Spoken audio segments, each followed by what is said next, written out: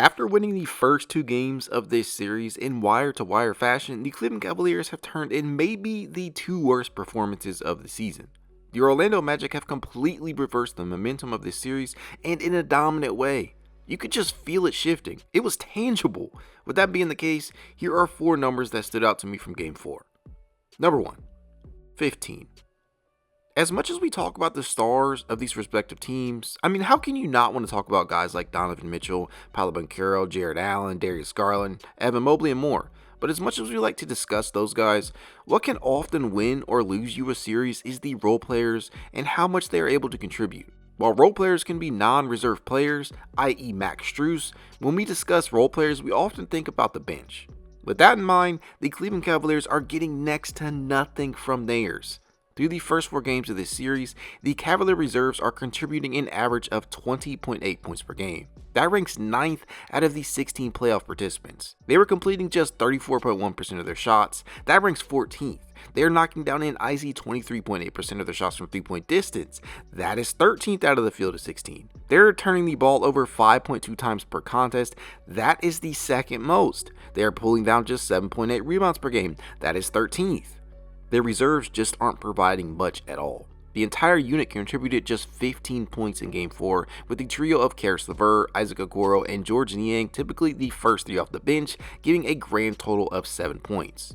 They are underwhelming in the worst possible way and at the worst possible time. Compare this with the Orlando Magic, who lead the NBA in bench scoring thus far, putting up an average of 32 points per game. Mo Wagner, Markelle Fultz, Jonathan Isaac, and more have been putting in work for them, and it has paid off these last two games. They were particularly impactful in Game 4 as they accounted for 43 of Orlando's 112 total points. Number 2, 17. The Cleveland Cavaliers attempted just 17 total three-pointers in Game 4. That is their fewest in a playoff game since the 2016 postseason. It is also nearly 20 less than their season average of 36.8 attempts per game. And to take it a step further, they hold a record of 51 and 54 when they attempt fewer than 20. 36% of their points are coming via the three-point shot this season. That's good enough for 7th league-wide. They score just 50.2% of their total points on 2-point field goals. That ranks 20th. In other words, the perimeter shot is a large portion of their game, and when they go away from it, it really doesn't generally yield good results. It's a huge reason why they made it a point of emphasis to acquire respectable shooting this past offseason. Teams will pack the paint on you like the New York Knicks did last season if they don't think you can knock it down. However, what happens when you don't attempt them? Well, nothing good if Game 4 was any indication. It makes Orlando's job a lot easier if Cleveland is unwilling to take them because they'll just shut down the driving lanes and pack the painted area. I look for Cleveland to get back to throwing up 30 plus attempts starting in Game 5. That begins with Darius Garland and Donovan Mitchell drawing defensive attention and gravity with their dribble drives, which in turn could generate quality looks for the likes of Max Strus, Georges Niang, Isaac Okoro, and others. Number 3, 0. Let's keep this one short and sweet, shall we? While everyone will be hyper-focused on the abysmal third quarter the Cavs had in this one, in which they scored just 10 total points, what really stuck out to me was the play of Donovan Mitchell. It was truly a tale of two halves for him as he began Game 4 looking locked in and on a mission to propel his Cavaliers over the hump after a disastrous loss in Game 3. He ended the first half of Game 4 with 18 points on an efficient 5 attempt from the field. Mitchell drew a ton of contact and as a result would earn multiple trips to the charity stripe where he would go 7 of 7, throwing some solid playmaking as he would also enter the half with 5 assists. Mitchell's play was a huge reason why Cleveland entered the half with a 60-51 lead. Things looked promising to say the least for the Cavs up to that point. Then things took a turn for the worst. The wheels didn't just fall off. The proverbial vehicle itself exploded as Cleveland would score just 29 points in the entire second half. The most glaring part of that was that Mitchell was held scoreless the entire second half. He was a no-show, quite honestly. And to be fair, Orlando made life very difficult on him as Jalen Suggs and company were chasing him around screens and cutting off his driving lanes upon entering the paint.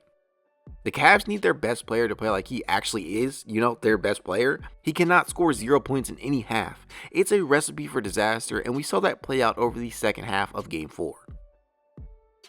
Number 4, 46.2.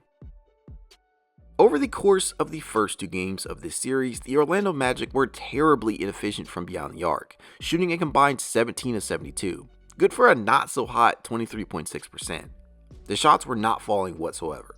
This made Cleveland's job much easier as they could just load up the paint and dare the Magic to beat them from range. The gamble made sense with how poorly Orlando shot during the regular season and was actually paying off through the first 2 games of the series, which took place within the confines of Rocket Mortgage Fieldhouse. There was reason to believe that this would continue into games 3 and 4 of this one as Orlando struggled to shoot for much of the year. Over the course of these last 2 games, however, that just has not been the case. Orlando would follow up their solid shooting in Game 3 with an even more efficient one in Game 4 as they make Cleveland pay time and time again for leaving their shooters open. Of the 26 total 3-pointers that they attempted, 24 were deemed what the NBA considers open or wide open. They knocked down 12 of those 24. It didn't matter whether it was a pull-up or catch and shoot triple. They experienced success with both, shooting 66.7% on the former and 40% on the latter. It was bad. It was really bad. And this combined with Cleveland's own inability to shoot the ball as well as their failure to secure loose boards was in fact the key to their undoing in Game 4. And while the regular season numbers would indicate that this is more of an outlier than the norm, I cannot simply ignore the fact that their shooters are coming alive and coming alive at precisely the right time. Cleveland would not be able to pack the paint, go under screens, and allow them to have that shot with how things have been progressing lately.